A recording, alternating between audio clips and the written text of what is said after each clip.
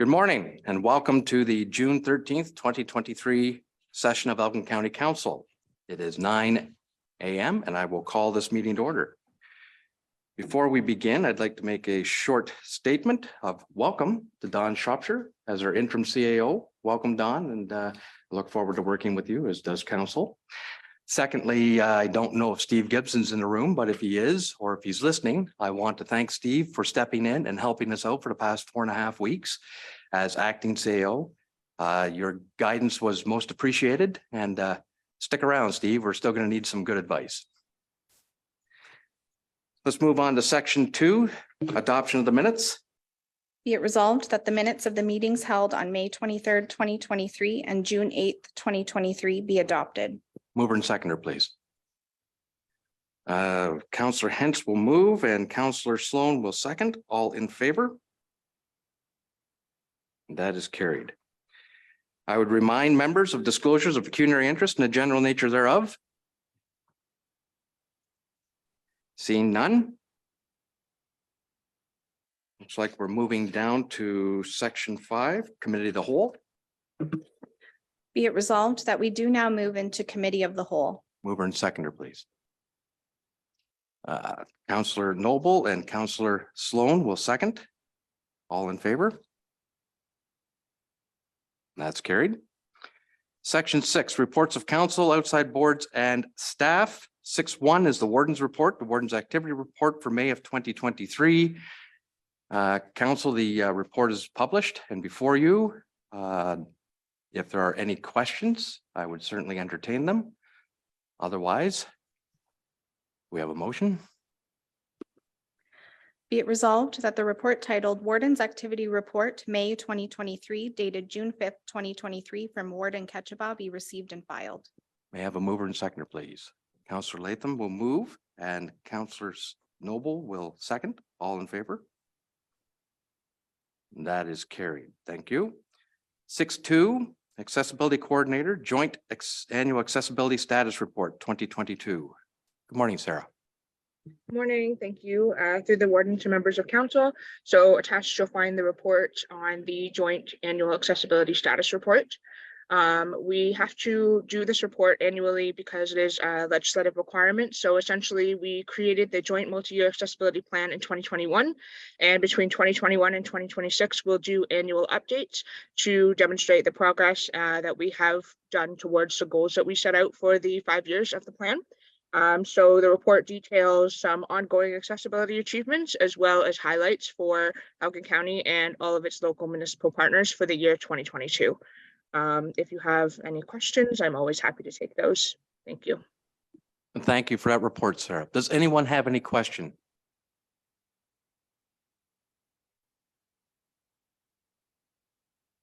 Seeing none. Be it resolved that the report titled Joint Annual Accessibility Status Report 2022, dated June 13th, 2023, from the Accessibility Coordinator be received and filed, and that Elgin County Council approve the Joint Annual Accessibility Status Report 2022. Do I have a mover and seconder for that? Councillor Cookett will move. Councillor Deputy Warden Jones will second. All in favor? That's carried. Thank you. 6.3, Accessibility Coordinator, additions to the joint MYAP for Elgin County Heritage Center. Thank you. Through the warden to members of council. So the Joint Multi-Year Accessibility Plan was created late 2021, right when I came into this role. So at the time, the plan kind of took a more comprehensive approach to cover accessibility progress, goals, and initiatives for the county and all of its local partners. I was recently contacted by the Heritage Center. They are preparing for grant applications that they do for the province. As part of that requirement, they have to provide the Joint Multi-Year Accessibility Plan. And so when Steve and I had a chance to talk, we realized that it might actually be better if we put some more specific progress, goals, and timelines for the Heritage Center into the plan. So I've made some amendments to the plan, which are outlined in the report that you may see in front of you. And essentially, I am looking to get approval for these amendments to be adopted into the Joint Multi-Year Accessibility Plan, at which point we will then have to take it to the local partners for them to also adopt the changes. And then we would basically just have to post the new report in lieu of the existing one on our websites to ensure the public has access to it as well. This is intended to benefit them during the grant process, just to show that the museum, or sorry, that the Heritage Center is doing accessibility focused initiatives and that they are progressing towards Ontario's goal of being fully accessible by 2025. If there's any question about this, I'm always happy to take them. Thank you. Thank you for that report, Sarah. Any questions, concerns, comments?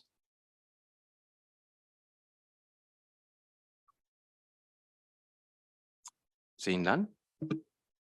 Be it resolved that Elgin County Council approve the amendments to the Elgin County and local municipal partners joint multi-year accessibility plan 2021 to 2026 to include accessibility progress goals and timelines specific to the Elgin County Heritage Center, and that the amendments be forwarded to local municipal partner councils to be approved and filed. Do I have a mover and seconder for that? Councillor Hens will move. Councillor Noble will second. All in favor? That is carried. Thank you. 6.4, manage of procurement and risk, operation of the Elgin Manor wastewater treatment plant, Elgin County, the Ontario Clean Water Agency. Good morning, Mike. Good morning. Good morning. Thank you, Mr. Warden, through you to County Council. So this report provides details on the extension of the current service arrangement with Ontario Clean Water Agency for the operation of the Elgin Manor wastewater treatment plant. So Ontario Clean Water Agency, also known as Aqua, has been the operator of the plant since 2006. Aqua was a successful respondent during the last RFP process that was completed in 2015 and extended in 2021. The agreement was not extended at the end of 2022, and Aqua is continuing to operate the plant based on language contained in the previous agreement. The county is now operating under a services arrangement with Aqua. Staff recommends that the current services arrangement be extended for a 6-month term, which will allow us to complete an RFP procurement process and have a report back to council in the 3rd or 4th quarter of this year. Aqua has been consulted and agrees to the 6-month term. The cost for the additional 6 months will remain at the current rate. The staff recommendations are before you, and I'd be pleased to answer any questions. Thank you for that report, Mike. No Does problem. anyone have any questions?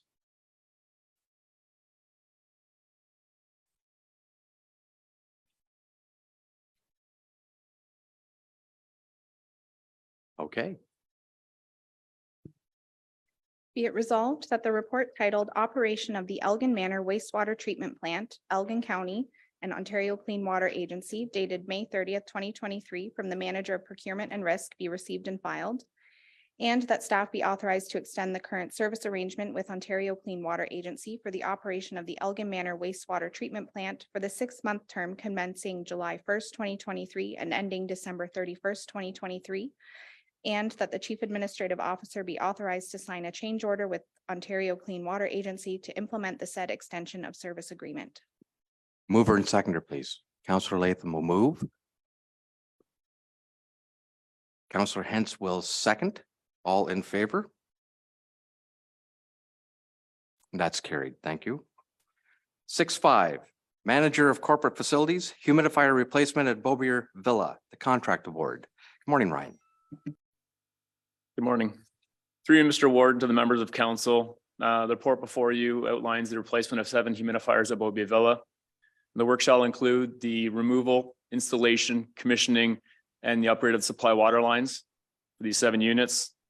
After going to tender, the bids closed at $72,888 from Combustion Techs. Our budget for 2023 was approved at $55,000, having a shortfall of just over $19,000. Staff recommends that, prior to, we had another project at Beaubier Villa for the condenser replacement, where it came in under budget, and staff are recommending that funds be borrowed from that project to fund the deficit of the humidifier project, not to exceed $20,000 in budget. Thank you, Mr. Warden. I would be happy to answer any questions at this time. Thank you for the report, Ryan. Does anyone have any questions? Yes, Councillor Cookett. Thank you, Mr. Warden. Just looking at the tender, I guess you're talking about 72,000 being the low bid and 130,000 being the upper bid. I'm just curious to, these are all the same items. How can there be such a differential in the amounts that were returned? We're seeing a huge differential in some of the bids that are coming in on our tenders. I don't know how to explain it. If you look at all the past tenders that have been coming in, there's a huge range.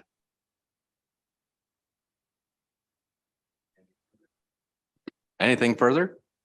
Yes, Councillor Sloan. Through you, Warden, to Councillor Cook, I've found sometimes in business when there's a really wide range, maybe sometimes the high-end folks just don't want the job. They're doing it as a courtesy because they don't want to say no to Elgin County business. I'm just hypothesizing here. But sometimes these aren't their fortes and they want to say that they put in a bid, but it's not something that they're really game for. So just a thought. Thank you. I think that's a good observation. Any other concerns, questions? Okay, seeing none. Be it resolved that 9079653 Canada Corporation operating as Combustion Techs be selected for the humidifier replacement project at Beaubier Villa, contract number 2023-Q23 at a total price of $72,888 exclusive of HST, and that the additional funding required be allocated as detailed in the staff report, and that the Warden and Chief Administrative Officer be directed and authorized to sign the contract. Mover and seconder, please. Councillor Noble and Councillor Cookett will second. All in favor? That's carried. Thank you. 6.6, Manager of Transportation Services, the Village of Vienna speed limit. Good morning, Peter. For you to the rest of Elgin County Council, have you received a request? Absolutely. Sorry about that, Councillor Sloan. County received a request from the municipality of BAM to conduct a traffic and speed study on Plank Road within the village of Vienna and to review the existing 50-kilometer-an-hour speed limit that extends or doesn't yet extend, but at Light Line, which is at the north limits of the Hamlet limits. Staff did deploy the traffic counters, and there's some information there for you that details the average daily traffic volume, the average speed, and the 85th percentile speed. Although those speeds are in excess of the posted speed limit, they are speed ranges that are normally encountered as vehicles enter village limits. Reduced speed zones along the Elgin County's road system are recommended in built-up areas. Built-up area definition is provided in the Highway Traffic Act, and it reviews the adjacent frontage built-up density. And the existing limits in the village of Vienna stop right now where the built-up density is satisfied. North of there is a cemetery. There are some large lots. We used to have large lots. And some of those lots actually front onto the road behind Plank Road. Therefore, this built-up density definition is not satisfied in the current state. However, although a reduced speed is not normally recommended in this circumstance, consideration can be given that this section of Plank Road resides within the settlement limits of the village of Vienna. And in order to address the expressed concerns from residents in an attempt to alter driver behavior, staff recommends establishing a 60-kilometer-an-hour zone in this approximate 1 kilometer distance to encompass the entire village settlement limits. And this transition to the 50 zone would provide a reasonable speed limit for drivers to adhere to. There's a map attached to the report that displays the recommended speed limit adjustment staff is recommending, and I'd be happy to answer any questions. Thank you for that report, Peter. Does anyone have any questions?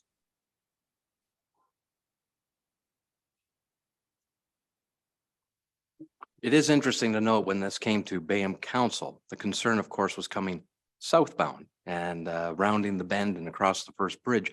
And we've had some accidents down in there, but it is speed related, and I realize that. But it's comforting to see that your counts and investigation have indicated that it's roughly just a little over 50 kilometers an hour coming in. But I know booting up the hill, they really nailed a pedal to the metal, and they are they are well in excess of the limit. I'm not sure how successful reducing or extending the reduced speed limit out is going to be, but I think it's a step probably in the right direction. So if there's nothing further, Jenna? Be it resolved that the report titled Village of Vienna Speed Limit dated May 25th, 2023, from the Manager of Transportation Services be received and filed, and that the reduced speed zone bylaw Schedule C be amended as follows. County Road 19, Section C, from 755 meters south of the north property line of Light Line to 200 meters north of the north property line of Light Line. Do I have a mover and seconder for that? Counselor Jones. Noble and Counselor Sloan will second. All in favor? That's carried. 6.7, Manager Transportation Services, the Imperial Road and Ron McNeil Line status update. Peter? Thank you, Mr. Warden. Through you to the rest of County Council. The county received a request from the Township of Malahide regarding safety concerns at the intersection of Ron McNeil Line and Imperial Road. This intersection is being evaluated amongst others in the development of the county's transportation master plan. The county is developing its first transportation master plan, and there is a video that was prepared that introduces the study, and the link in the report will take you to a YouTube video showing that. And additionally, phase 1 of the TMP had been completed last year and presented to County Council. There's also a link in the report that provides that fulsome report. There's lots of information in there. It's a couple 100-page report. We're currently in phase 2 of the TMP. And what this phase does is it builds and develops potential transportation improvements for all of the needs identified in the first phase. Specifically, this intersection, the intersection of Imperial Road and Ron McNeil Line, was included in a traffic operation analysis. There's a chart on the second page of the report that details 11 intersections. These are the 11 highest collision frequency intersections within the county of Elgin. And you'll note that the intersection of Imperial Road and Ron McNeil Line places 5th on that list. It should be noted to council that this data is pulled from available police collision reports in the 5 years preceding the initiation of the TMP. So staff anticipates this data is out of date. We're aware of a number of collisions at many of these intersections, including this intersection specifically, that have occurred since 2001.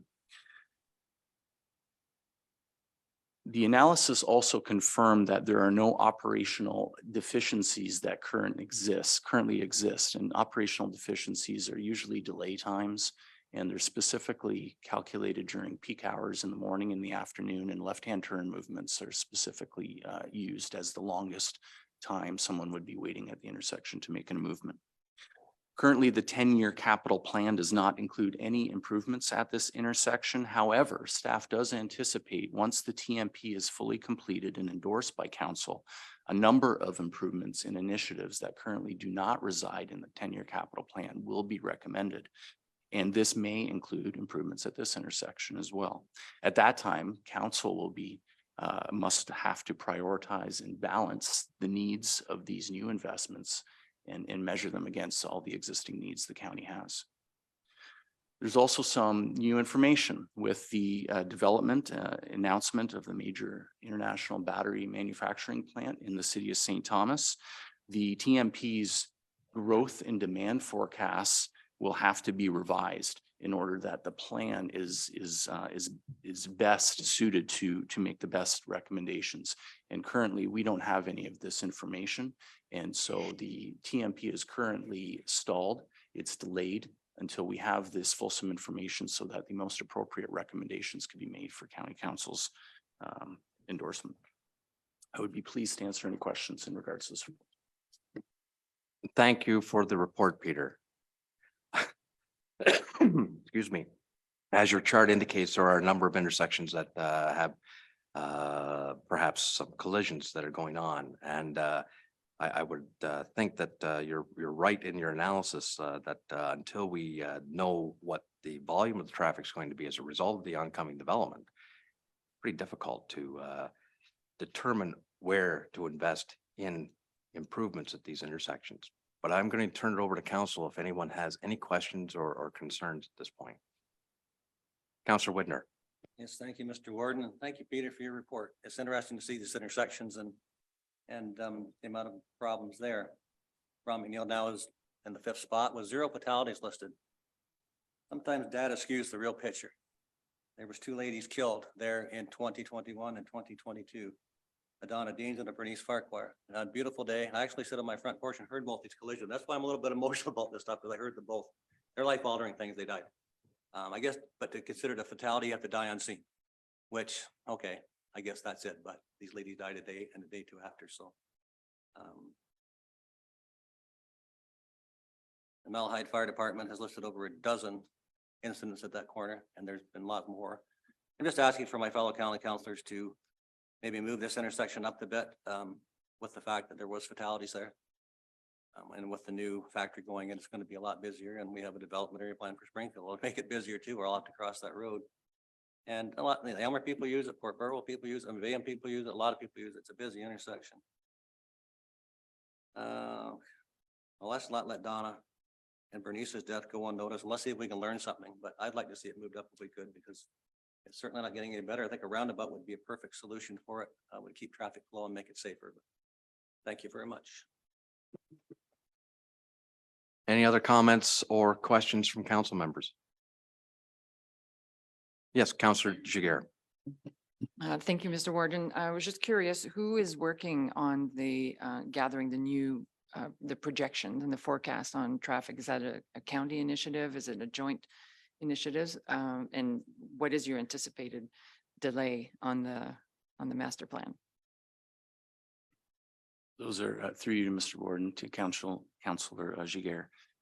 Those are excellent questions. Unfortunately, the people at St. Thomas that I've spoken to right now have not have any detailed information at this time. We're hoping to gather this information. We're working with IBI, who is our lead consultant in the plan. Fortunately, that's the same consultant that the province is utilizing for a province-wide transportation plan. So they're capturing data from lots of different areas, and we're hoping if we don't receive detailed projections, they will be able to at least provide a professional opinion as to what those projections may look like. These projections right now are utilizing the Hempson data that was used in the county's OP, and I'm sure maybe some of the local municipalities' OP as well. And that was current before this development occurred. So we were comfortable with that data to use for the TMP, but obviously this significant change has occurred. And it's going to impact a lot of different areas in the county. So we're going to lean on our consultant. We haven't determined a date when that's available yet. But as soon as we do, we'll report back to council on the progress. The next phase will be looking at some key features of the TMP, including road rationalization, the cycle network, which we've met with some focus groups and some stakeholders. And that's very important because as we look to make investments in roads in the 10-year capital plan, some of those roads are contemplating cycling facilities. So we want to make sure we take those opportunities where we can. So we may have to move forward with some of these initiatives so we don't stop other projects, investments from occurring. As soon as we know, we will report to council. Thank you for that answer. Any other questions?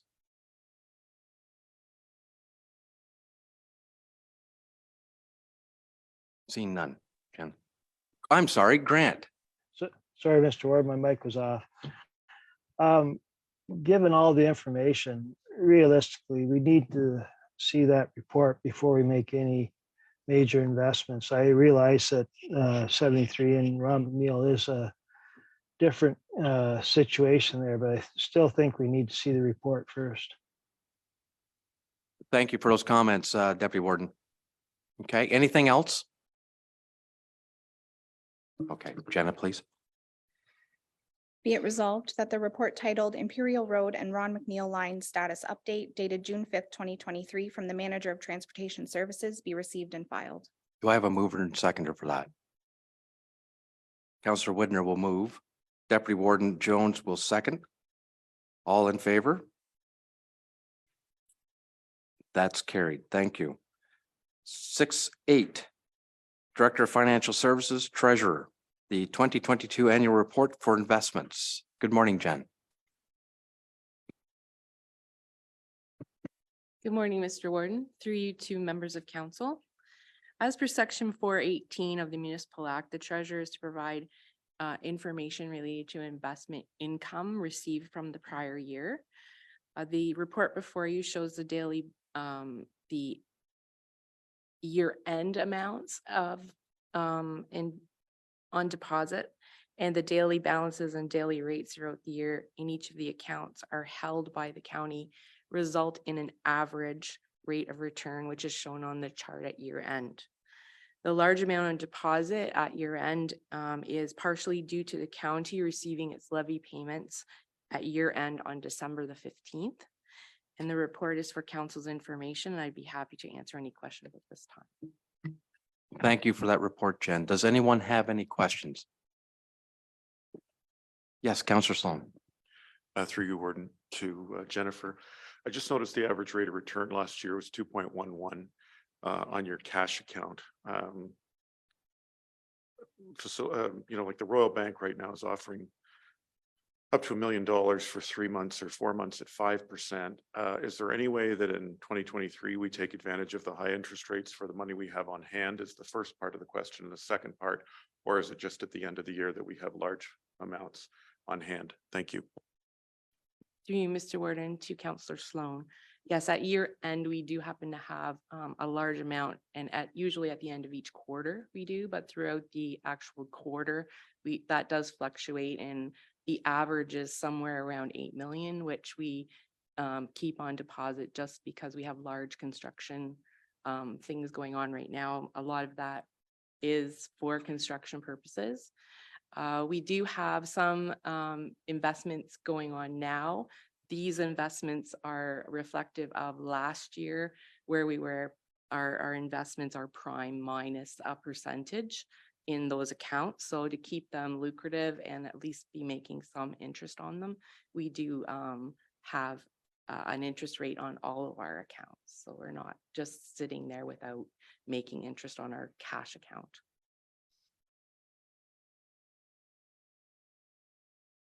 Okay, thank you for that answer, Jennifer. And I think just to drill down a little more, I think what Councillor Sloan is getting at is there anything available for a short-term investment at this point in order to take advantage of the higher interest rates? For example, I know that in BAM, we had a few surplus funds, which we are investing, capturing just under 5% GIC, 1-year GIC. And that's, I think, what the question is. Through you, Mr. Warden. Yes, we have started doing that this year. So there has been 5 million already invested. So we're looking for to term that out so that we're not investing everything at one time. So we'll be looking throughout the year to invest. But we do have 1-year GICs. The short term are not as lucrative as what we're receiving currently in our general account. Thank you for that. That satisfies. Okay, perfect. Councillor Noble. Through you, Mr. Warden. I think sometimes with the banks too, you have to ask for that higher interest rate on those bank accounts. They won't just give them to you. They'll use that to lure new clients to them, but their existing ones may not have that offered. So you might have to ask for that. Thank you. Yeah, thank you for that observation. Any further questions? Okay. Jenna, please. Be it resolved that the report titled 2022 Annual Report for Investments dated June 5th, 2023 from the Director of Financial Services Treasurer be received and filed. Do I have a mover and seconder for that? Councillor Sloan will move. Councillor Noble will second. All in favor? That is carried. 6.9, Director of Financial Services, the Treasurer, the 2023 borrowing bylaw. Jen. Through you, Mr. Warden, to members of council. As per section 407 of the Municipal Act, the County of Elgin has historically enacted a borrowing bylaw that enables the county to maintain the ability to borrow for short-term operational purposes only. The borrowings are available on an intentional declining scale in relation to the current year approved budget. And as we move towards each year end, they are expected to be repaid within the current year using the in-year revenues when received.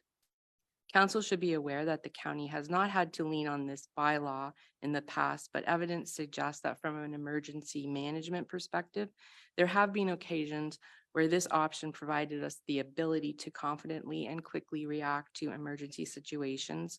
Most recently, the county was able to confidently extend our levy payment timelines during the COVID-19 pandemic for our local municipal partners and taxpayers.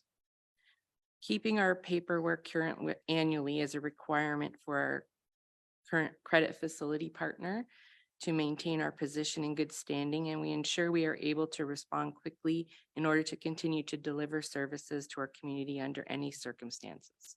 The recommendation is before you for consideration. Thank you for that report, Jen. Does anyone have any questions?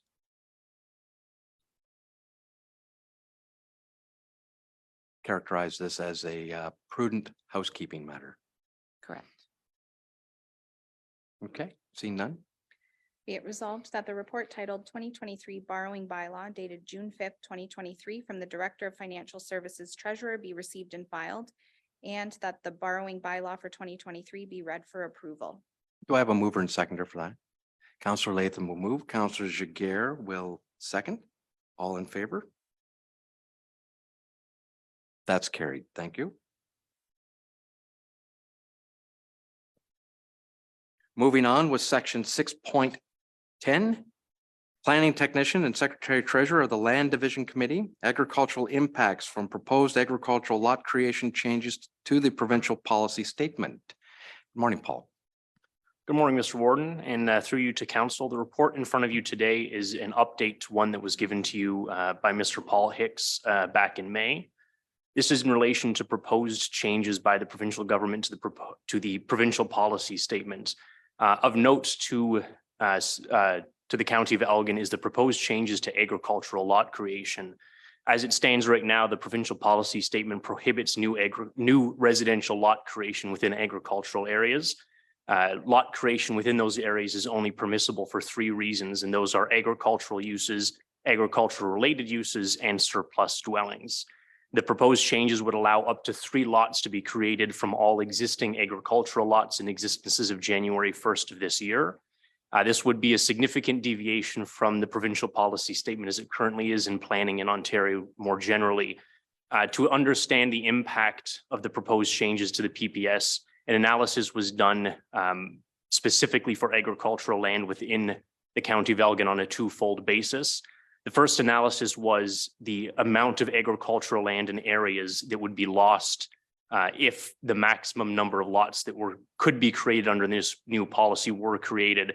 So under this policy, 3 new lots could be created. For this analysis, we assumed a minimum agricultural lot size for existing parcels of 10 acres and an average lot size of 1.5 acres. This represents a rough average of what Land Division Committee is creating in those areas for surplus farm dwellings. Most of those lots are either partially or completely unserviced. So for that reason, the lot sizes need to be generally between 1 to 2 acres to accommodate the partial services. Given that analysis, our GIS technician ran a program using ArcPro GIS to complete this analysis and found that approximately 25,000 acres of prime agricultural land within the county would be lost at a worst case scenario. To put that into perspective, that's roughly 24,000 acres is about 1/3 the land size of the municipality of Central Elgin. So we would be losing essentially 1/3 of Central Elgin size just in agricultural land. For the second portion of the analysis, staff conducted a similar GIS analysis based on the minimum distance separation formula. Since we're able to create or would be able to create new residential lots within agricultural areas, there's also a significant effect on existing livestock operations. Currently, within 750 meters of a existing livestock operations is subject to something called the minimum distance separation formula. There's 2 formulas that are used either if you're creating new residential lots or new residential buildings, that's MDS1, and MDS2 is used for expansion of existing livestock operations. To perform this analysis, staff selected an area at random, which happened to be in the northern part of the township of Malahide, where there were numerous different livestock operations. This was selected because this specific area which is attached to the report as Appendix 1, features a different variety of livestock operations. There are cattle operations and chicken operations in that area. Staff calculated the rough existing livestock capacity of each of those barns using the formulas provided by the MDS, and then created new lots within those areas that at the time of their creation, were they to be created today under the proposed PPS change rules and existing MDS formula, would be allowed to be created, and then selected those farms for potential livestock operation, essentially just creating another barn that is roughly the same size as the barns on those lots as of today to make a realistic possibility for expansion. And what we found that in those cases, those livestock operations would be unable to expand and build another barn, as the MDS2 formula would kick in, and the residential lots that were created would be too close to the proposed livestock operations, and they wouldn't be able to move forward. Obviously, this presents as an impact to agricultural operations in our county. Obviously, I'm sure I don't need to tell you that Elgin County's got some of the richest agricultural land in the entire province, and it's something that our official plan policies work to protect. Which brings me to the last point that I'd like to make on the proposed PPS changes is there is a proposed section in the PPS that would prevent our official plan policies from being more strict than what the PPS requires. So if it were council's wish to introduce OP policies that only 2 lots were to be created off of every existing agricultural parcel, that policy could not actually be instituted under the proposed PPS changes. Thank you, Mr. Warden, and I'm happy to answer any questions. Thank you very much for that sobering report. Does anyone have any questions for Paul at this point? Yes, Councillor Hens. Thank you, Mr. Warden. Just a comment. I believe the provincial government has backed off on this provision in the PPS 2023. Is that correct? I would say that the opinion from the Western Wardens would be that the door is still open, meaning that though they have taken a posture of re-examining the 3 lots, don't turn your back on it yet. So I think it's important that we maintain a constant vigilance on this and keep Elgin's position forward on it. And just to remind council that we have sent correspondence off to the province regarding the agricultural lot situation, as well as the requirement for comprehensive studies for boundary expansions on, or the lack of comprehensive studies for boundary expansions to existing residential hamlet areas. So though we are engaged in saying it may be prudent for the county to maintain vigilance and keep that engagement process going. It's a similar messaging being carried, of course, through the Western Wardens, through SCORE, through various other counties, various agencies, the OFA. But I think we need to be part of the chorus and still be there. Any other? Yeah, Councillor Widner.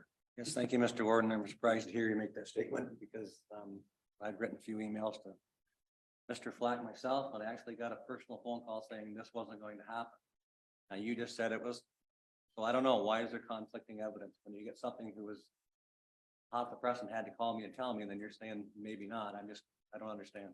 All I'm suggesting is that the view at the Western Wardens is don't turn your back on it because the messaging is unclear. We don't know. The EBR posting has still been pushed out for another 60 days. We don't know what the final language is going to be. You know, there could be a view at the province of thinking that, well, we thought the farmers wanted this. We don't. So I think it's important to be consistent in keeping the message forward. And I thank you, Paul, for bringing that report forward. You're correct. That's the messaging that we got from our MPP.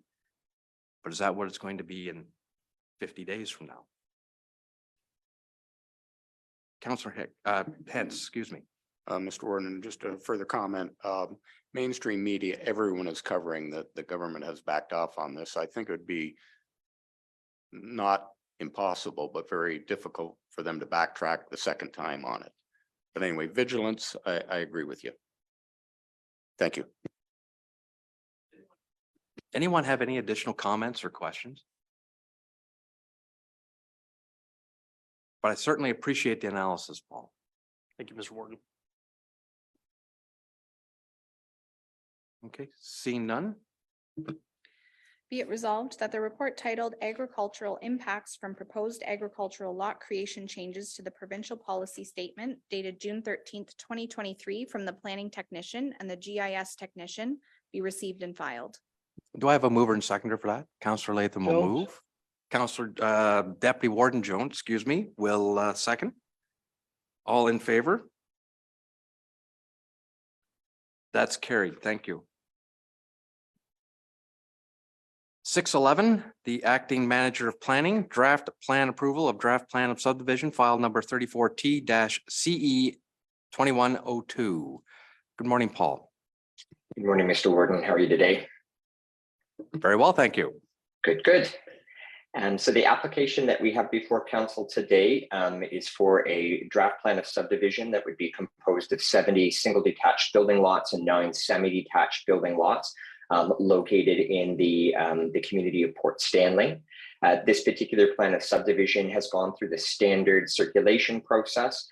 There were a number of revisions to the boundary of this plan of subdivision, or the proposed lot lines, residential lot lines of this plan of subdivision, to address the Conservation Authority regulated area. And you'll see that block 83 on the attached plan is a large open space block that's associated with that. Those final lines were drawn after quite a large back and forth with the Conservation Authority, and the Conservation Authority is happy with the rear lot lines that we've got proposed, as is the developer. Other than that, the plan went through the standard circulation process. The standard conditions of approval are attached, and staff are recommending an approval of this draft plan of subdivision before council this morning. Thank you for that report. Does anyone have any questions?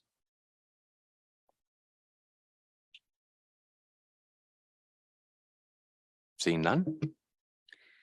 Be it resolved that the Council of the Corporation of the County of Elgin grants draft plan approval to draft plan of subdivision submitted by Strike Baldinelli Moniz on behalf of James Glover and dated August 4th, 2022, and that staff be directed to provide notice of this decision subject to the conditions of final approval in accordance with the requirements of the Planning Act.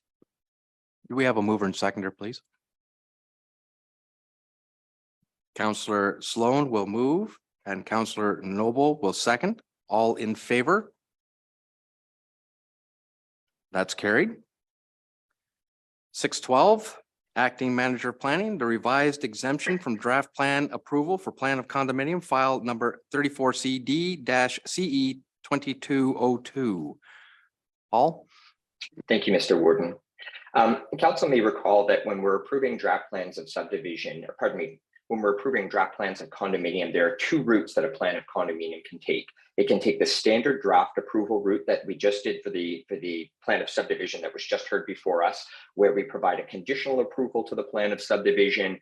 The applicants fulfill those conditions and then they apply to the county for the final approval. So that's the final approval that will actually create the lots. They can be then conveyed and sold to builders, etc. When we're doing a plan of condominium, it can go down that route, or the condominium can go through what's called an exempted approval under the Condominium Act. And an exempted approval allows the developer and the approval authority to just skip the draft approval process and go right to a final approval, subject to that plan of condominium meeting certain conditions. And those conditions are normally that there is a site plan agreement that has been signed and registered on title with the local municipality, that the zoning is in place for the property, and that there are no other outstanding concerns from public agencies or the municipality. Back in November of 2022, council granted an exempted approval for the first phase of this condominium development, which is located in Port Stanley as well.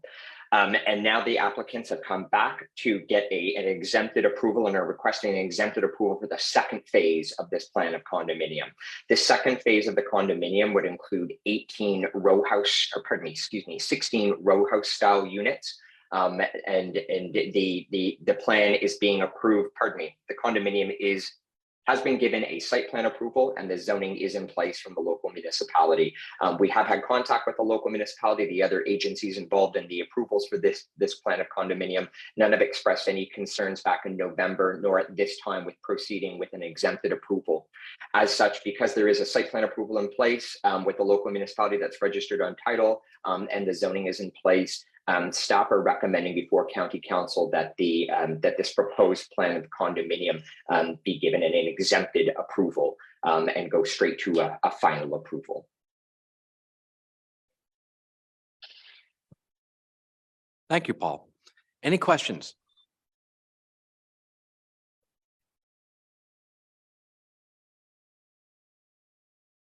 Appears fairly straightforward.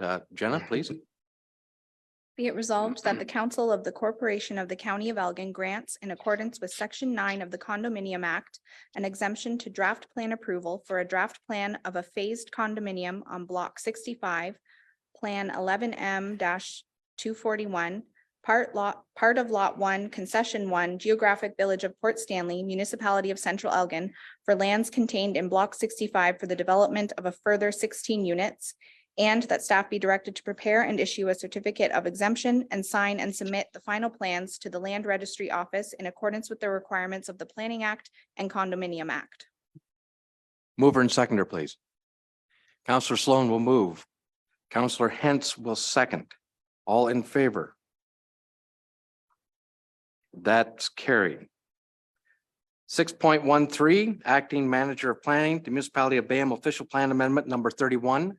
File number BA-OPA 1-23. Paul? Thank you, Mr. Warden. The subject official plan amendment that is before County Council this morning to the Township of Bayham, or pardon me, Municipality of Bayham official plan would allow a larger than normally permitted home industry to locate on a residential lot in the Municipality of Bayham. And this facilitated the need for an official plan amendment under the local official plan. Staff have reviewed the proposed amendment, and essentially what we have here is an estate residential lot with an existing house on it, and the owners of the house would like to build a larger workshop associated with a trades operation on the property. And the analysis that was conducted by municipal staff, certainly we concur with the analysis that was completed as well.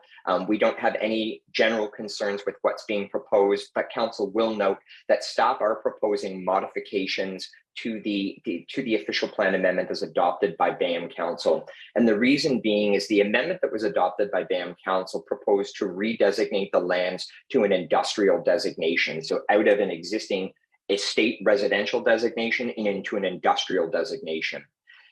By redesignating to an industrial designation, county staff are concerned that this would likely jeopardize the ability of the estate residential lots that surround this operation to develop, and could prohibit certain types of industrial operations, or pardon me, could permit certain types of industrial operations on these lands, a little bit more than what the local council or county council would likely want to see on the property.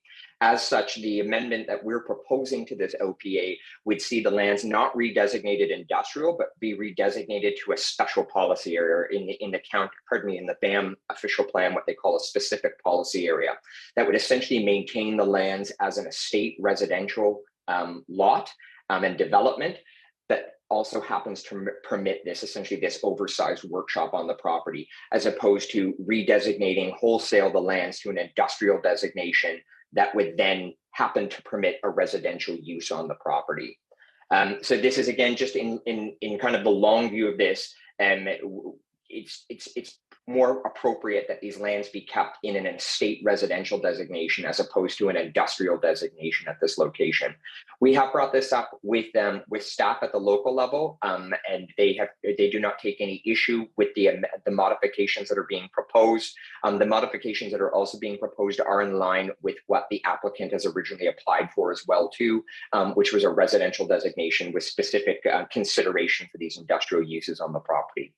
As such, as county staff are recommending an approval of this proposed official plan amendment, subject to the modifications that are contained within the amendment following the staff report. Thank you for that report. The Does anyone have any questions or comments?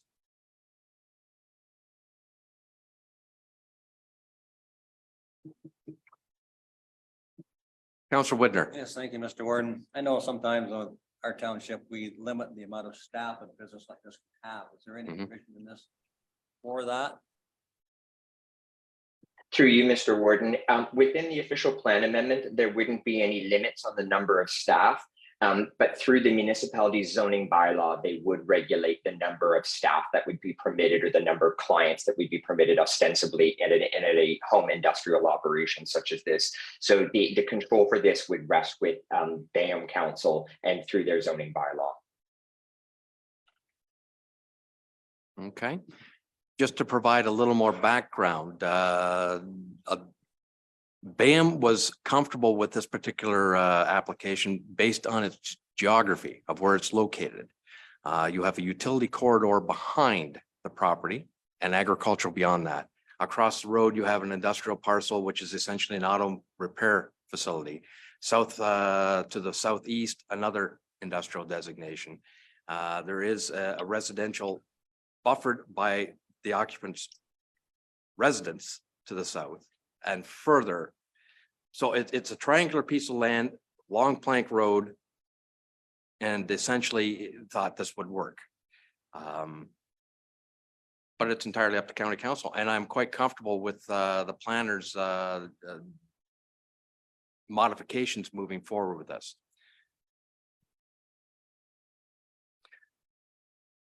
If there are no other questions, or Deputy Warden, Mr. Warden? please.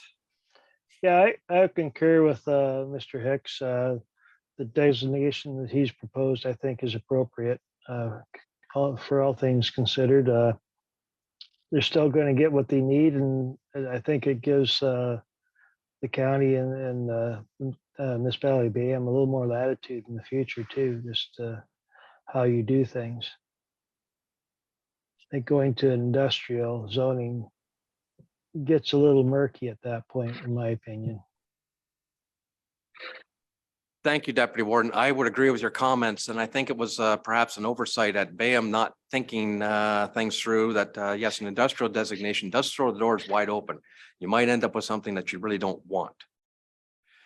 So I think this is a good compromise. Anyone else have any comments or questions? Okay, Jenna?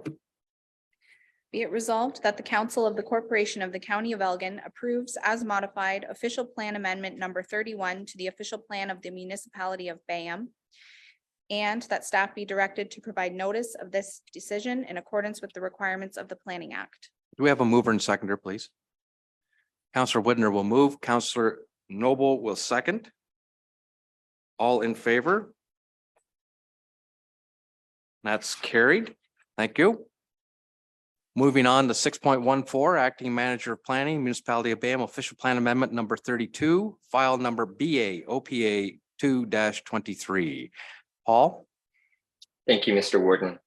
This is a somewhat similar application to the last application that County Council just heard, in that what is being proposed in this case is a industrial workshop, again, part of a tradesman's operation, to be located this time on a agricultural parcel located within the municipality, so not within the estate residential parcel such as their designation, such as the last proposal. And in this case, it's a couple, in addition to being located in the industrial lands, there are a couple of the distinguishing factors with this particular case. In the primary one being that the applicant had proceeded to construct the workshop, and I understand potentially a residence as well, prior to receiving any proper planning permissions or building permissions from the local municipality. So the application that's before County Council today is in effect essentially to legalize or to correct the fact that this development proceeded without proper planning permissions and proper building permissions in place. In this particular case, staff do take issue with some of the elements of this proposed official plan amendment, particularly as it relates to conformity with the county official plan, notwithstanding that Staff are suggesting that if county council was comfortable in proceeding with an approval on this application, they certainly could do so. There are two sections of the county official plan that staff have concerns with conformity with, and they are noted on page 2 of the staff report, or page 91 of your agenda package at the very bottom, where we note that notwithstanding this, county staff would agree with the applicant that the use is generally falls generally more under a secondary use and home industry provisions of the county official plan. To that end, county staff are generally satisfied the proposed amendment addresses the secondary use requirements of the agricultural designation, particularly in light of provincial guidelines with respect to those uses. However, staff are not entirely satisfied that the proposed amendment meets the policy requirements of the county's home industry policies, namely that the home industry and the principal use be generally rely upon the same water and sewer infrastructure and driveway from the public road. In this particular case, they will have a shared driveway, but from what we can tell from the plans, there will ostensibly be a separate well and separate septic system for the home use and the workshop use. And additionally from that, the staff are noting that the home industry has a floor area that is consistent with the scale of the uses on the property. That's another requirement of the county official plan. Depending on how county council would view this, the proposed use would definitely conform to the scale of the agricultural uses that are permitted on the property. However, it is significantly larger than the dwelling that's located on the property. Although at the same time, having workshops and outbuildings that are larger than dwellings in the agricultural area is not necessarily a unique feature, and it's quite common that we see this in across the agricultural area. As such, county staff are prepared, should council be satisfied that the county official plan provisions are being met, we're prepared that the official plan could move forward on that basis. If we were looking at a very strict interpretation of county official plan, I'm not sure that staff would be entirely supportive of it. I'll say as a planner, I never like to make these types of recommendations where we're not being completely upfront about whether or not we support it or not. We do think that there's enough flexibility in the policies and the county official plan that if council was satisfied this is an appropriate development, to allow the development to move forward, notwithstanding that under a very strict interpretation of county policy, staff would not be of the opinion that this falls conforms to a strict interpretation of county policy. There are some qualifying words in the policies, such as generally connected to the same water and sanitary sewer service. One of the reasons that we'd suggest there could be some flexibility should council want to proceed with an approval on it. But in this particular case, we also believe if the applicant had originally applied as required, instead of kind of having to go through an attempt to legalize this, these are likely also issues that could have been addressed at the outset of the application, instead of having to essentially kind of go back through corrective measures to try to legalize the uses on the property. I know I've kind of put a lot on council's plate with that short explanation. The short of the long of it is we do feel that there's enough flexibility should council be satisfied with conformity to the county official plan. Should council wish to take a more strict view of the county official plan in this particular case, we would suggest that there would be enough to turn down the application as well. But again, I'm certainly happy to answer any questions and guide council through your decision-making process on this one. Thank you for that report, Paul. I will note that BAM council struggled with this application, and it was not a unanimous decision on this one. And again, as the planners indicated, this was an application that came after the fact. It's not what you really want to see, and it's difficult to deal with. I have a question before I open it up to council. Paul, when you talk about secondary use on agricultural properties, does it contemplate a limitation on the size of the business? In other words, the number of employees that is contemplated? And not directly, Mr. Warden. So there will be reference into the policies that will say that, the size of the building and the size of the operation, including the number of employees, should commensurate with the size of the property. Because it's at a policy level, it doesn't dictate any specific numbers, but said that it should not be out of place or out of character, and should reflect the size of the operation. All right, thank you for Again, that. there's some that built-in flexibility there. Okay, Again, thank you for that.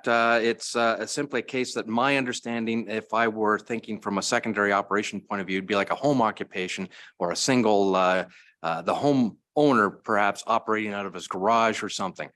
Very much. In this case, it's got multiple employees. It's a business that I think would be generally encouraged to locate in an industrial park or commercial area, not where he is. So I'll leave it up to council to add its questions or comments on that one. Deputy Warden Jones. Thank you, Mr. Warden. Yeah, this is really opening up Pandora's box because you know how fast word spreads when somebody got away with it. Well, I guess they'll try the same thing. I probably wouldn't have had a problem with it going through the proper planning process.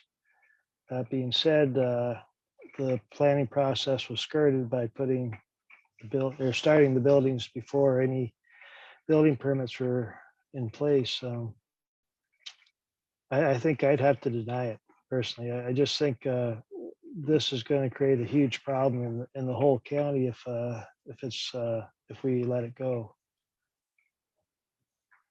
Thank you for those comments. Any additional?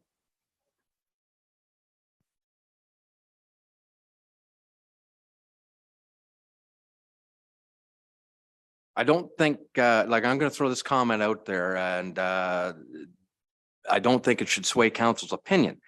But I would suspect that if county were to turn this one down, there would probably be a challenge to the OLT on this one. But right is right, wrong is wrong. And I think the deputy warden's correct that this was out of step and perhaps the wrong process taken. So what's council want to do?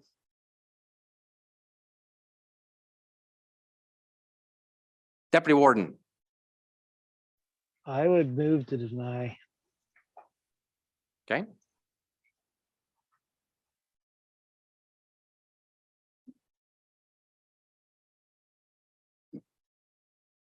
Did you hand your hand up, Paul? I did not, Mr. Warden, but I could certainly add with this particular case, the other option that council has before them is certainly either an approval, denial, or you can again refer the matter back to staff for more information. In this particular case, certainly when we try to prepare our staff reports for county council, we do try to make them as brief as possible or concise as possible for easy digestion, knowing that you typically have a in this case, a 135-page agenda to go through. If council would like some more information from staff or for us to expand upon the opinion that we've provided before council, which again is a fairly short opinion, we can certainly do that and bring that matter back before county council at the next council meeting. Again, it would just give county council an opportunity to consider this this application a little bit more. And again, we can provide kind of a supplementary planning opinion that expands upon the points that you see, which may provide council a little bit more of a comfort level in their decision making. I certainly don't want to rush this type of decision making on council's part. And I also want to throw out as a professional planner, it always kind of pains me to provide these kind of flexible decisions that are a little bit vague. So if you would like more information, I'm certainly happy to go back and prepare a supplementary report with more detailed information for county council's consideration.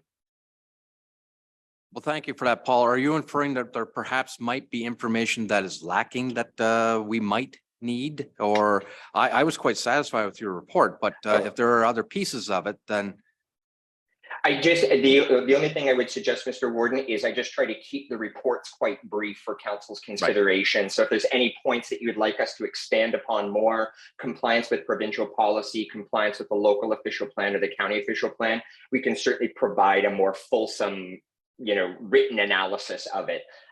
It's not just to suggest there's anything new. It's just, if council's of the opinion the report may be too brief, we can certainly expand upon the opinions provided. Okay. Did you have something to offer, Don, please? Thank you, Warden. My additional thought was that Paul's already talked about the flexibility that could be in place. If there was going to be additional information provided by Mr. Hicks, I think I'd want council to understand what's the likelihood of success if they appeal it. Because at the end of the day, if it's going to be appealed and from a professional planner standpoint, they've got a strong case. What we really want to do is to send a message, as Deputy Warden has suggested. This is not on side. You want to go through the regular process. We want that message to get out. But if it's going to be appealed and won, then why go through all the extra effort and for not only council, but also the residents as well. So I think that's one piece of information that I think would be beneficial to you and then help guide your decision making and still provide the type of clear message that Deputy Warden suggested. Thank you. Thank you for those comments. Councillor Latham. Microphone, yeah. To you, Mr. Warden, has these works been stopped? Has there been a stop put on these works? Oh, no. Through you, Mr. Warden, it's my understanding that the structures are complete and It's built. an ongoing business. Okay. It's an ongoing business.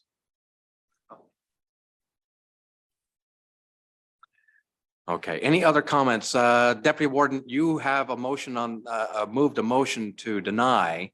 What are your thoughts after hearing the advice from staff? Would you like to continue with that? Would you like to perhaps amend and ask for more information to come forward?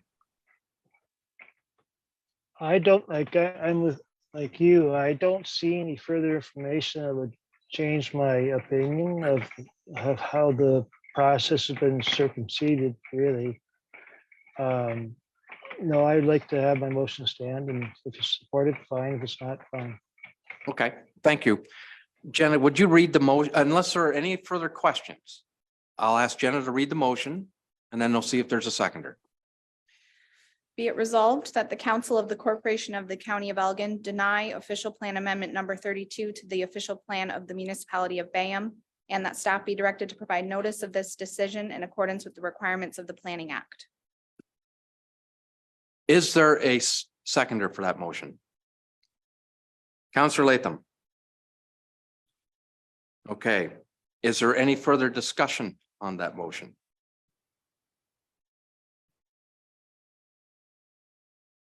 We'll call the question then. All in favor?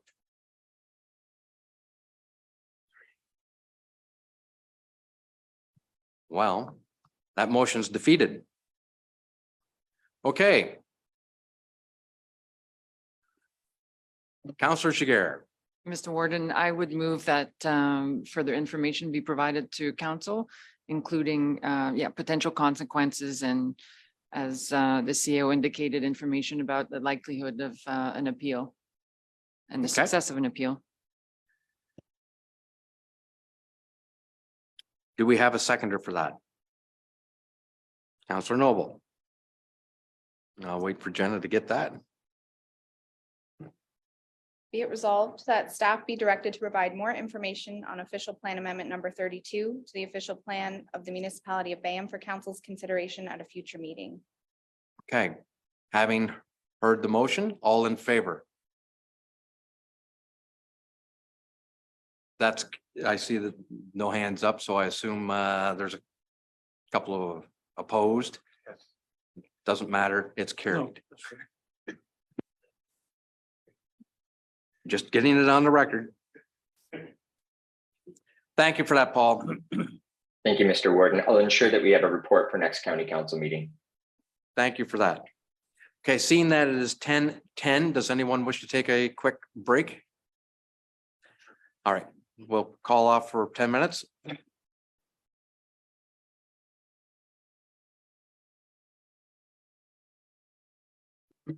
Okay, welcome back. We left off at section 6.15, Director of Legal Services, Delegation of Approval Authority. Good morning, Nick.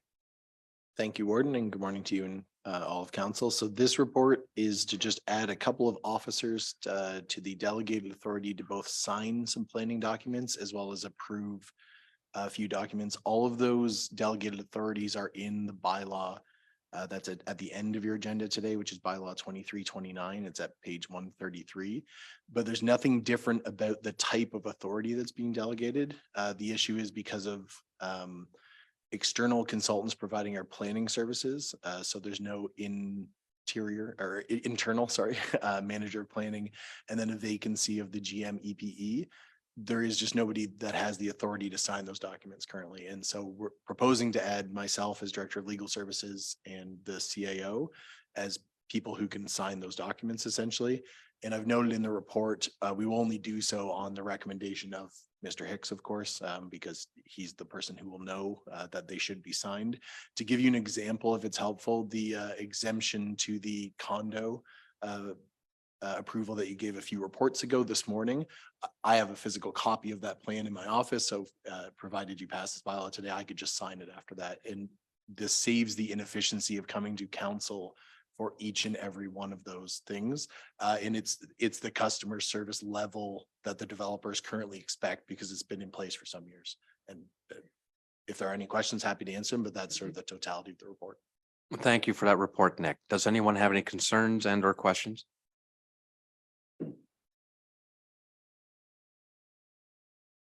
Seeing none, Jenna, please. Be it resolved that the report titled Delegation of Approval Authority dated June 8th, 2023 from the Director of Legal Services be received and filed, and that County Council pass bylaw number 23-29 to delegate various planning authority as set out therein to the Director of Legal Services and the Chief Administrative Officer Clerk in the absence of the Manager of Planning and the General Manager of Engineering, Planning and Enterprise, Deputy CAO. Mover and seconder, please. Counselor Latham. Counselor Sloan will second. All in favor? That's carried. Thank you. 6.16, General Counsel, Elgin Hawthorne. Approval of commercial lease, Elgin County Administration Building, Suite 345-1. Good morning, Steve. Good morning, Mr. Warden, and through you to council, this is a brief report informing council of the negotiation of a new lease agreement with an existing tenant, Carol Hawthorne, for a one-year term at a rent previously proposed by the then General Manager of Engineering, Planning and Enterprise, with the term being retroactive to May 1st, 2023. The report identifies the involved suite. It's a single suite. And the most relevant terms, including the one-year term, the annual rent, $4,360.80, exclusive of taxes, the implementation of the reduction in the tenant's legal liability arrangement that was originally agreed to by council in 2022, and the expanded exceptions to the right to quiet possession in relation to construction and maintenance projects within the county administration building, including completion of the current elevator project. Subject to any questions. Thank you for the report, Steve. Any questions?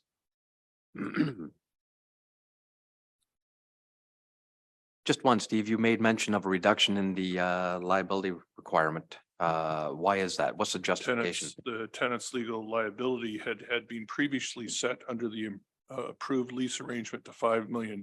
Tenant's legal liability is the replacement of the cost of the improvements in the suite itself.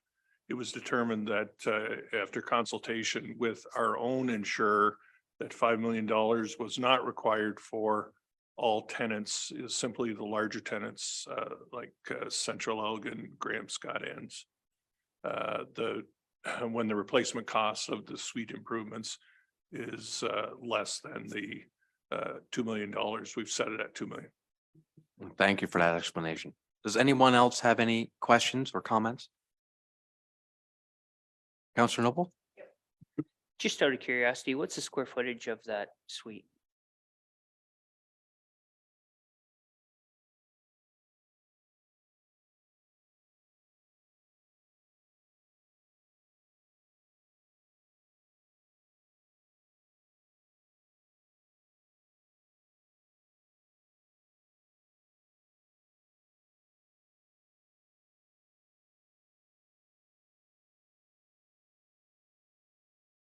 I can provide that information as part of the lease. All right. Any other questions, concerns?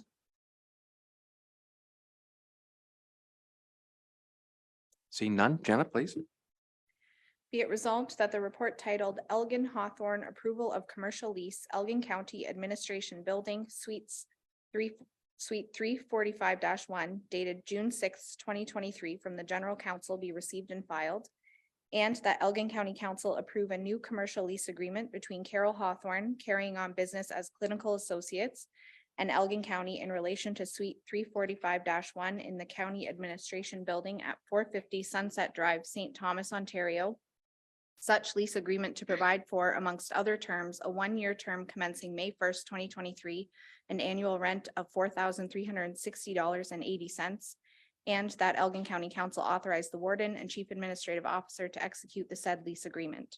Do I have a mover and seconder for that? Counselor Hentz and Counselor Noble will second. All in favor? That's carried. Thank you. Brings us to Section 7, Council Correspondence, Items for Consideration, 7.1.1, Letter for Darlene Smith, OAPSB Zone 6 Chair, requesting Council's approval of the appointment of Carolyn Cron to the position of the Ontario Association of Police Services Board Zone 6 Secretary Treasurer. Is anyone speaking to this, or is it fairly self-explanatory? I think it fairly is. I recall last term, the appointment of our CAO to that position, and that's been delegated to Carolyn. As the letter explains, she's been fulfilling the role fairly diligently and quite competently. I will report that I was contacted by Jim Maudsley from Middlesex, probably better than a month ago now, asking for a process. They'd like to keep Carolyn. And I believe it's a minimum of upwards of perhaps 4 meetings a year. And I think she has capacity to do this. So it's up to council.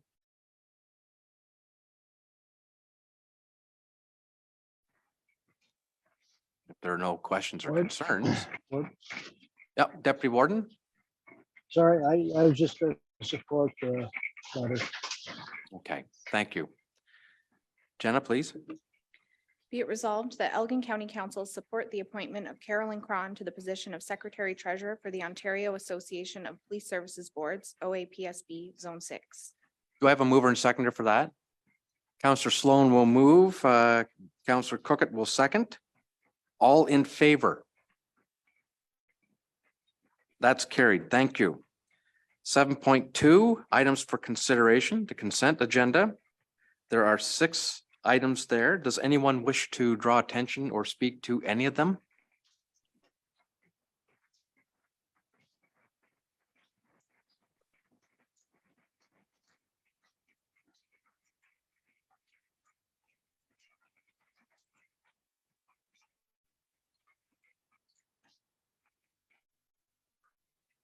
I have to admit, I like 7.2.6. I wish them luck.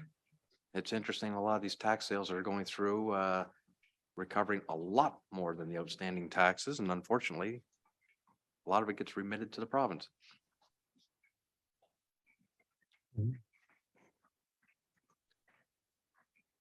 So, just a hint there. Deputy Warden Jones. Would you like to support that, Mr. Warden? Well, I'm hardly in a position. I could support it for you.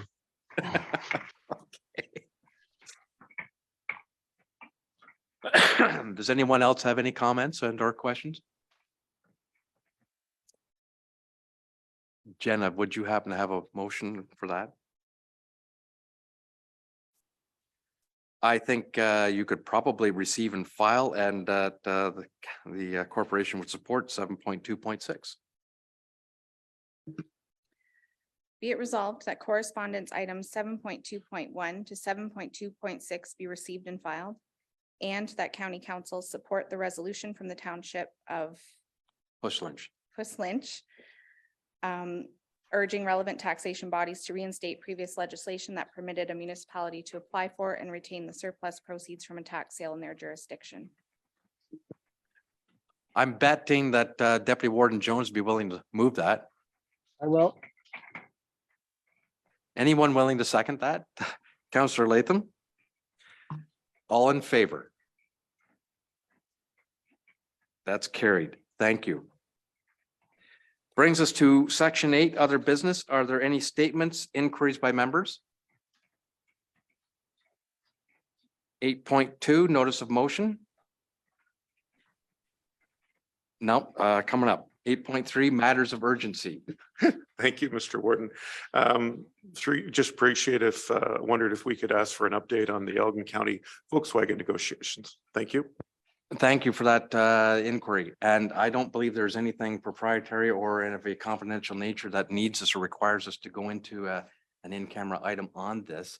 I can speak briefly to it. With the assistance of the county solicitor, we had prepared correspondence to the minister inquiring as to where Elgin's place was in the negotiations, stating that as an independent taxing authority, it is very important that we be there. We have interests in this negotiation and we should be there. Since that time, we've been contacted through the office of the provincial facilitator, requesting to set up a conversation between Ms. Dill and myself, and I've also extended it out to our interim CAO. And we're still waiting on the details, and hopefully we can have that conversation. But until we don't have a place at the table yet, and it's rather disturbing. I'm hoping that we've had some assurances from our own member of provincial parliament that we will be at the table. So we're hopeful. And until I know more, I really can't give you any more. I don't know. Do you have anything else to add to that, Don? No, sir. Councillor Shakir. Thank you, Mr. Warden. So I'm wondering if it would be possible to receive regular updates. Yep. Because I realize now with the timing that this council has not had a position to actually hasn't had the opportunity to discuss its position and Yep. strategy and what the ask is, even going into, those conversations. So I would love to receive regular updates when, if there is correspondence being sent, for example. I think it would be good for all of council to see the correspondence and be aware of what is going on if we do receive inquiries as to what's happening with the negotiations. But also I think we should have the opportunity for this council to discuss what our strategy is going into those conversations. I agree with you 100%. And I think you're absolutely correct that we should place it on even the next council agenda, perhaps as a closed item, just to bring council back up to speed on where we are in this. The landscape has changed considerably since council last discussed this. It's doubled the size of what we were anticipating. And so it's very important. And unfortunately, some of the players have changed around our table. And I think it would be not just the council table, but even from our staffing perspective. So I think it's very important that we update council and move forward. So perhaps this should be scheduled on a next closed meeting, a session where we can go through this, if that's the satisfaction of what council would like. Okay. Okay, does that provide enough of an update, Councillor Sloan? Yes, thank you. Okay, and thanks for bringing it forward.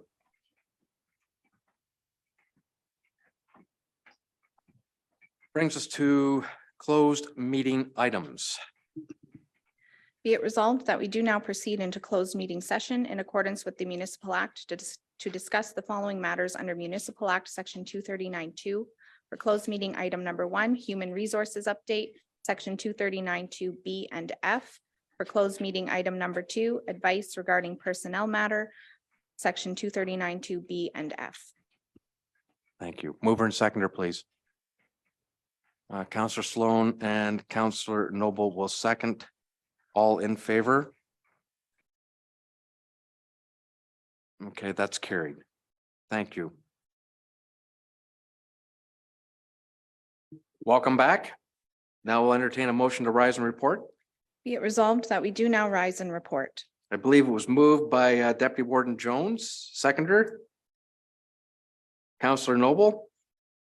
All in favor? That's carried. Closed meeting item number 1. Be it resolved that the confidential report from the Director of Human Resources be received for information.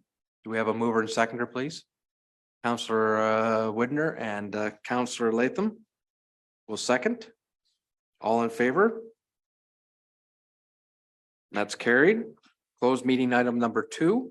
Be it resolved that the confidential report from the Director of Legal Services be received for information. Mover and seconder, please.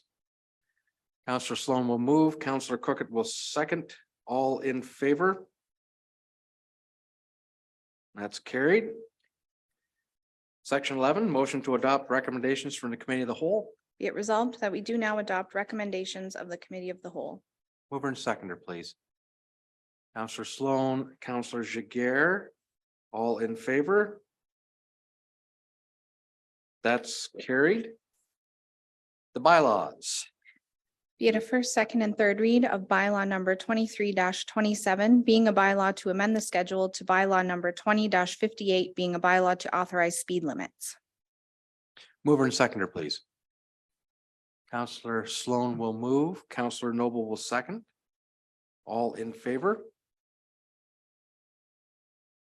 That's carried.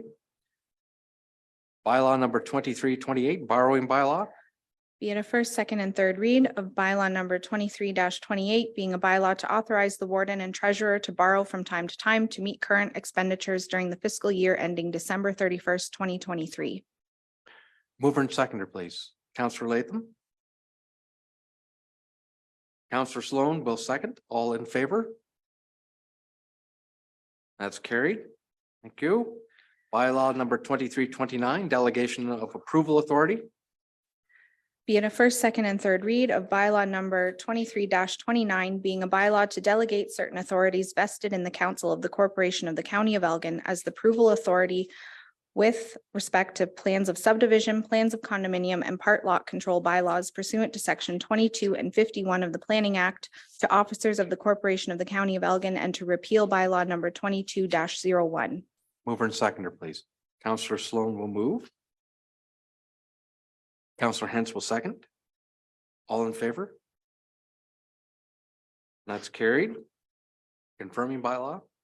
Be it a first, second, and third read of bylaw number 23-30, being a bylaw to confirm proceedings of the municipal council of the corporation of the county of Elgin at the June 13th, 2023 meeting. Mover and seconder, please. Counselor Sloan and Counselor Noble. All in favor? Which brings us to the adjournment motion. Be it resolved that we do now adjourn at 11:26 a.m. to meet again on June 27th, 2023 at 9:00 a.m. Mover and seconder, please. Counselor Widner will move, and I saw Counselor Cookett's hand for seconding. All in favor? And that's carried. Thank you again for joining us. A lot of business carried on this morning.